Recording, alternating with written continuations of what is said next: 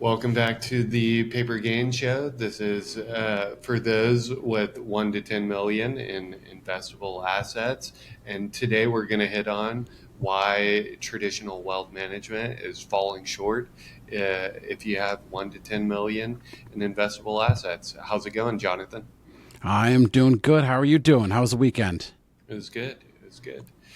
Well, Yeah, I'm ready to I'm get back excited to into it. same. I'm excited to dive into this, especially with really narrowing in on that segment. If you've got 1 to 10 million, this is going to be the episode that you want to dial into, just because that we've seen so many people that feel like they have a wealth plan, they feel like they've got it all mapped out, but then they realize as they really go through it that it's surface level at best. And so we're going to talk about some of the ways you can really drill down and make your financial plan as efficient as possible on not just the investment side, the planning, cash flow, but really taxes as well. So let's dive in, Matt. I'm excited for this one. Yeah. For the first section, what are your thoughts on kind of the making human decisions versus the what the textbook? I know that's very broad, but I would argue that that's kind of the primary way that traditional wealth management or portfolio management is failing that segment in the 1 to 10 million in assets. Yeah, I always feel like there's always these things you see, whether it's on social media or just out there in the world, or and traditional planners will typically default to this, where there is one way to do it and you've got to do it a certain amount, a certain way, whether that's you've got to take Social Security at a certain age, or for those in that 1 to 10 million space, you've got to invest in this specific way.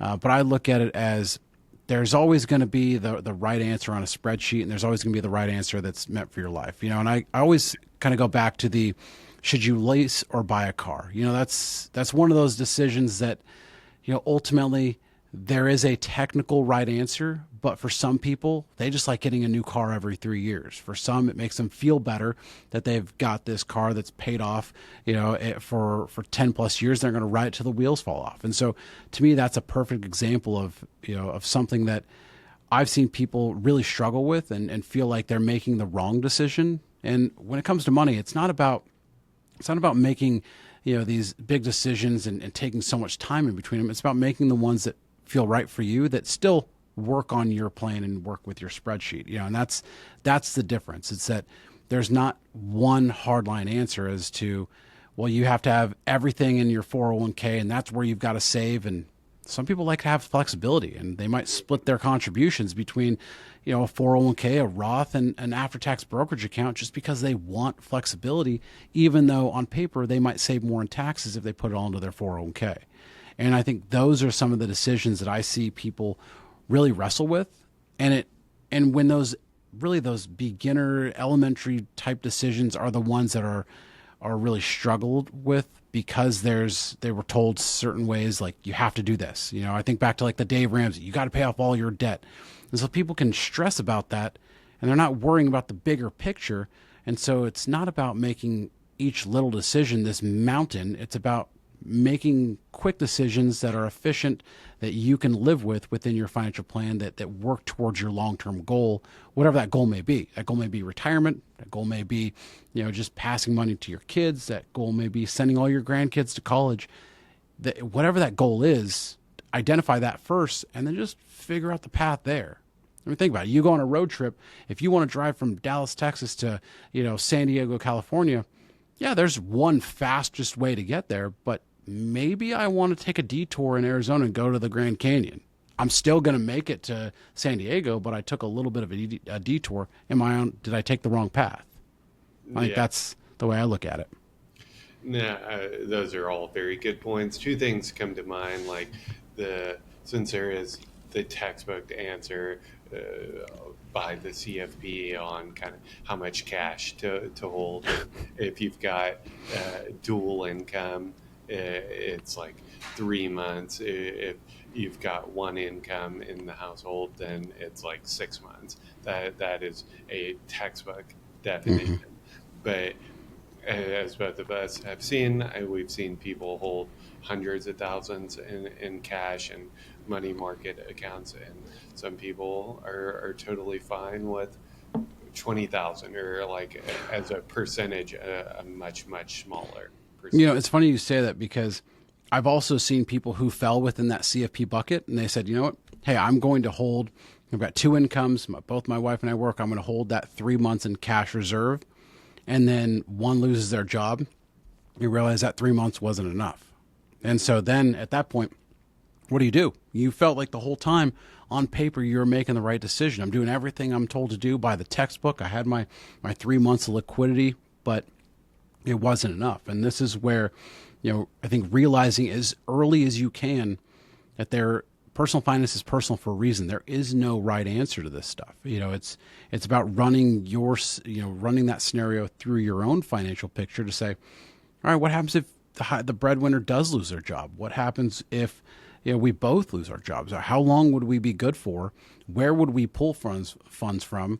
And it's those type of scenarios. It's not fun to do, but No. I mean, you and I both have young kids. I don't know about you, but I've had to have the conversations with my wife about, all right, what happens if if either one of us pass away? Or if both of us do? You run through these things because you've got to do what's in the best interest of your kids to make sure that they're taken care of, both structurally, they've got somewhere to live, but also financially. And I would say the same thing should be done on the financial front for anybody, but specifically those they're in that 1 to 10 million range. And the reason why is because when you're dealing with that amount of money, taxes play a big role in a lot of this. And the last thing you want to do is be stuck with larger tax bills than necessary because there wasn't ample planning done in the beginning. Yeah, the all great points. Let's kind of get into that framework of what it means to think bigger. Have you seen anything that works very well for kind of creating that vision or the structure or leverage across the accounts, and how you help clients that are in this demographic? Yeah, I think I always like to start with the question, what's the purpose of this money? That's Yeah. which most people don't think about that in framed in that way. They're typically asked, what's your financial goal? When do you want to retire? But when you think about, I know what the purpose of my 401k is. I know what the purpose of this, Roth IRA is for long-term retirement. That's why they're retirement accounts. But if you sell a business at 45 years old for $8 million, what's the purpose of that money?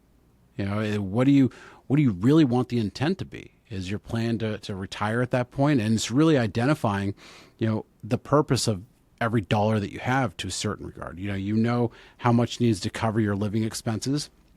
Okay, well, what about the rest? And I think most people don't think about it from that standpoint. I've seen so many people where they feel like they're investing because that's what they're supposed to do, as opposed to, really setting that vision, that purpose first, because that purpose of what that money's there for is going to determine how should it be structured. Should you have it in entities? Should you have it in different accounts? Should you be doing some advanced planning on and backdoor Roths and all those type of things, or should you just plainly invest it?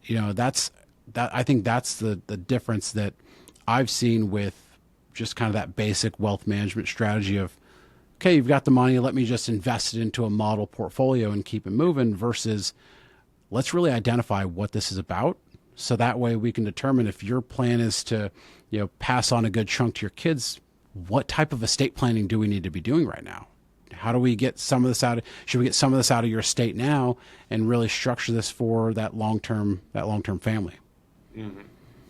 Anything to add as it relates to like growth or the investment piece of it?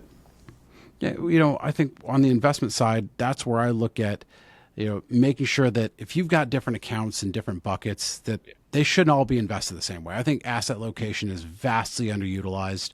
I've seen so many clients who, when they become clients, obviously they transfer their portfolio in, and we take a look at it, and all of their accounts across the spectrum are invested the same. Their 401k or their IRA looks the exact same as their brokerage account, looks the exact same as their Roth, and there's nothing being done from a strategic taxable standpoint. And I think asset location is paramount when it comes to that. And then I see a lot of chasing as well. You see so many portfolios now where everything's in large cap growth, and you probably know that yes, that's been leading over the past couple of years, but we know that what's leading today probably isn't going to be the leader as we move forward. So it's just I think it's identifying a good, truly balanced structure in an asset allocation framework that is really diversified, as opposed to just because you have 10 holdings, that doesn't necessarily mean you're diversified. It's really understanding what you're invested in, how, and then the tax implications of that as well. Yeah. Yeah, to drive home at that point, I mean, you see so many portfolios, it might be 10 to 15 core holdings, but uh, seven or eight of them are U.S. domestic, like the S&P 500 or the NASDAQ, that are all effectively the same exposure, and then the weightings, which they have done very well. So uh, Yeah. I, that has been a big driver of returns. But um, all right, that's not the point of today. But uh, what are some mistakes that you see clients make over and over again? I'm sure you've got some good stories. Yeah, I think one of the biggest mistakes, especially in that, I would say that $1 to $4 million range. And I only say that because to me, this is the range where everybody I've met that's in that range, they're well off on paper, but they don't feel like they're ultra rich. And Yeah. so what I've often seen is that because of that, it's a good amount of money to the point where it's going to be able to sustain your lifestyle, but there's still that worry that I might run out of money. And so what I've seen from a mistake standpoint is I've seen so many people just talked into buying some sort of product, whether that's an annuity or some sort of illiquid asset, like a REIT or something that you just can't get out of, all for the sake of trying to either provide this, hey, you're not going to run out of money, and reduce that fear, or from a, hey, look, I'm going to get you access to this special investment, oh, but you can't get out of it for 10 to 12 years possibly. So Yeah. I just think that, to me, that's one big one. If you are, if you're in that space, it's really try to focus on liquidity first and foremost within your portfolio. If you're going to buy anything, any investment strategy that's tying your hands for a certain period of time, you've got to know everything about that one thing. I mean, my guess is that most people that, when they go out and they buy a new car, my guess is that they're planning on holding it, driving that car for anywhere between at least 3 to 10 plus years is probably the average. If that's the case, most people know more about the car they're going to buy than they do about the annuity that they just bought. And so I think it's bringing that level of critique into the investment sphere as well, just because I've seen so many horror stories of people just loaded up with things that on paper they felt like, oh, hey, I've got $4 million. And you go, actually, you've got about 1.2 because the rest is in stuff you can't really get access to. And so that's one big one. But what about you? Yeah, not to rag on annuities, but that did come up this morning as well. I had somebody asking about the classic case of my friend told me about this, that it was some sort of annuity that did well when the market did bad, and so had to talk this individual through kind of where annuities do serve a purpose, and that there's a lot of information that we don't know about her specific friend, and when she bought that, how much she put into it, the rules around that annuity, and effectively walking her through just kind of a history of annuities and why they can be good, and how to leverage the accounts that we have that are 100% liquid. Yeah, and I'm To not saying I'm accomplish not the against same them by any means. That's not. same here. Yeah, Uh, it's but really about what I've seen is that there's just a lack of understanding where and I get those calls usually, I would say once a week, where it's, hey, so and so has this, or I've seen this. I saw a commercial that gives me Yeah. 12% guaranteed income, and it's all right. Let's drill into that.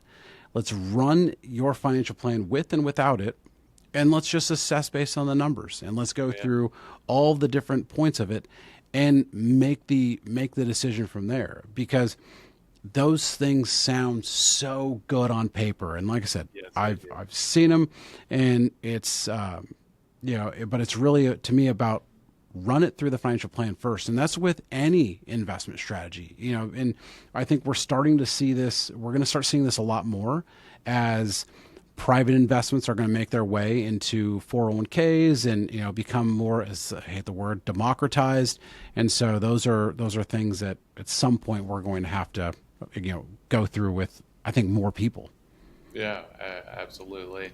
Uh, I guess another common mistake I see just in general, especially in that 1 to 5, really even 1 to 10 million range, it's just no systems or process in place. I've seen plenty of people that are great accumulators, stackers, whatever you want to call them, but then they get near retirement and they have no idea what accounts to pull from tax efficiently. Uh, they, it's one thing to kind of train yourself. Okay, I'm a high earner. I've got all of these executive compensation plans. Uh, I can put money into the 401k, potentially a cash balance plan, Yeah. but unwinding that strategically or investing that outside of the limited scope of a 401k uh, is a very common mistake as well. Yeah, and like I said, those aren't, unless you're putting everything into one type of account. There's not it's not necessarily a, I'd say these are mistakes that aren't going to bankrupt you. It's how No, do you take things to that next level of more efficiency. It's how do you get a little bit better? How do you improve just a little bit? It's like if I was trained to run a marathon, but I was doing it in flip flops. It's like, all right, well, one of the mistakes I've seen is that some guys trying to run a marathon in flip flops. Put on some running shoes. You're still running, you're still exercising, but you're probably gonna be a little bit more efficient when you're not running in flip flops. It's kind of the way I look at it, is that it's, you're still running, you're still learning, still practicing. It's the same thing with wealth. Is that just try to improve every little dollar that you can to get a little bit better. yeah, couldn't agree more. All right, so let's wrap it up with some action steps to help you build that roadmap and really get better. Like you just said, uh, anything on like defining outcomes. Uh, Yeah, that's I think it all starts with that. I think start with that question: what's the purpose of this money? yeah, And I would even go so far as to segment each account bucket that you've got. So if you've got a list of, you've got some brokerage accounts, some 401ks, some Roths, putting those, listing those out right next to it. What's the purpose of this account? You've got a checking account. My guess is the purpose is going to be for ongoing cash flow needs and living expenses. But then I've seen so many people that they've got a savings account at their bank, earning next to nothing. Okay, well, what's the purpose of that account? My guess is it's going to be for an emergency fund. Well, hmm, how do you get a little bit more efficient with just even that account? Well, let's maybe look at a high yield savings account or something like that. Just when you start identifying each account, you start putting a purpose next to it, and you just drill down, you're going to realize that there might be some inefficiencies that are there that you can just make quick little changes that can either increase your yield, make your life a little easier, or reduce your taxes. I mean, those are the three things you're trying to accomplish with that. So that's usually where I'd start. What about you? yeah. I think to that point, to take that a step further, is building a plan, creating like a wealth audit of everything that you have going on. A good catalyst is if you're nearing retirement, or if you're more proactive doing this uh, as early as possible, the better. I mean, all this stuff compounds over time. So if you're 40 years Hmm. old, you just got a big raise. Now you're wondering, okay, like I've got all this excess money. Now what do I do outside of just putting it into the 401k, which obviously has limits. Yeah. Uh, these are all good catalysts to uh, do that wealth audit, create a plan, and build out those systems, and make sure that your money is working towards the various goals that you outlined for each individual accounts, and then Yeah. overall. Well, that's the one thing I really like about our, the financial planning portal that we use with clients is that it allows them to sync up all, any outside accounts that they've got. So, 401ks and, just other outside their bank account, savings account, credit cards, things like that. And what I like about that is doing a full wealth audit is there. No one for the most part, unless you're in this business, no one really likes to do that. That's like doing a full blood panel. It's like, it's easy to say, but I don't like needles. So how often do I have to do this? And so, I think trying to reduce the friction of it where you're making it, you do it once, but you set up the systems to where now it's a lot easier to do the next time. And that's, I think, by, and that's what we try to do with clients is that, let's go through all the hard work at first. Let's do all the heavy lifting. Let's set up these accounts so that everything syncs across, the spectrum, and we can look at everything on one screen. And then you don't have to go pulling different logins, things like that. You can just have it all. So in 3 years from now, we can just do a quick meeting and say, here's where everything's at. Has anything changed with this, with this account, or is the purpose still the same? What's the plan for now? You start out with 50,000 in your emergency fund. Now it's at 150. What do you need that much money for? And having those conversations without having to relist all the accounts every single time. So it's not just about, I think, doing necessarily the audit part of it. I think it's about setting up the systems that make it easier for the next time. Because if every single time it's like pulling teeth, odds are you're not going to want to do it that often. It's just Yeah. creating that barrier. It's like, I don't want to eat healthy, but if I pre-make all the food and I meal prep and the chicken's just in the fridge, I'm probably going to eat the chicken because it's already cooked and it's easier. So it's just Yeah. my take on it.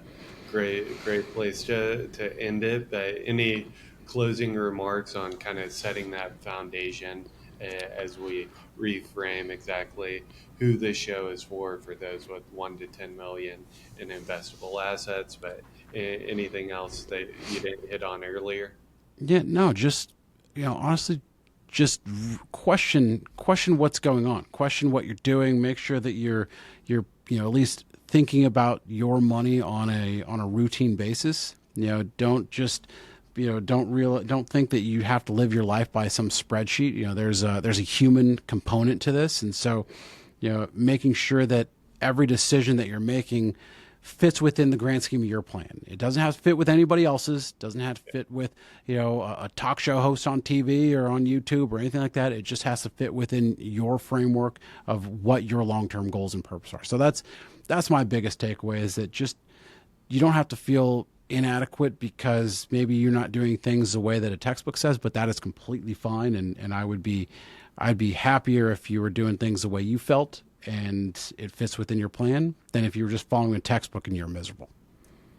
Yeah, I agree 100%. And I guess only one thing I would add is just think about your future optionality.